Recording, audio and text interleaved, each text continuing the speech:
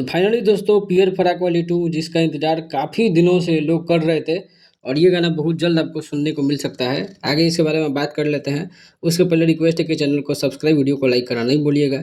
ये वाला पोस्ट आप देख सकते हैं, इसमें लिखा हुआ है 2024 नवंबर। तो ये 2024 में नवंबर क्या, उससे 2-3 महीना पहले यानी कि काफ़ी लगभग साल भर हो गया होगा इस गाने की शूटिंग का।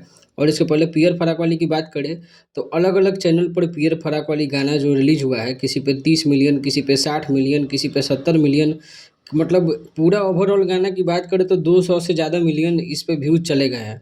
और ये काफ़ी ज़्यादा चर्चित गाना है, किसी भी शादी-ब्याह चाहे किसी भी फंक्शन में अगर पवन सिंह का कोई गाना बजेगा, तो पियर फराक वाली नहीं बजेगा, ऐसा हो ही नहीं सकता है। तो इसी चर्चित गाने का पार्ट 2 लेकर आने के लिए पवन सिंह अनाउंस किए थे और ये गाने की शूटिंग काफ़ी पहले हो चुकी थी। लास्ट गाना जो पवन सिंह का आया था सिंदूर गाना, जो अभी 4.2 मिलियन के आसपास है। और इसके बाद ये पियर फराक वाली 2 बहुत जल्द आपको देखने को मिलेगा। तो चैनल को सब्सक्राइब करके अपडेटेड रहिए। Thank you.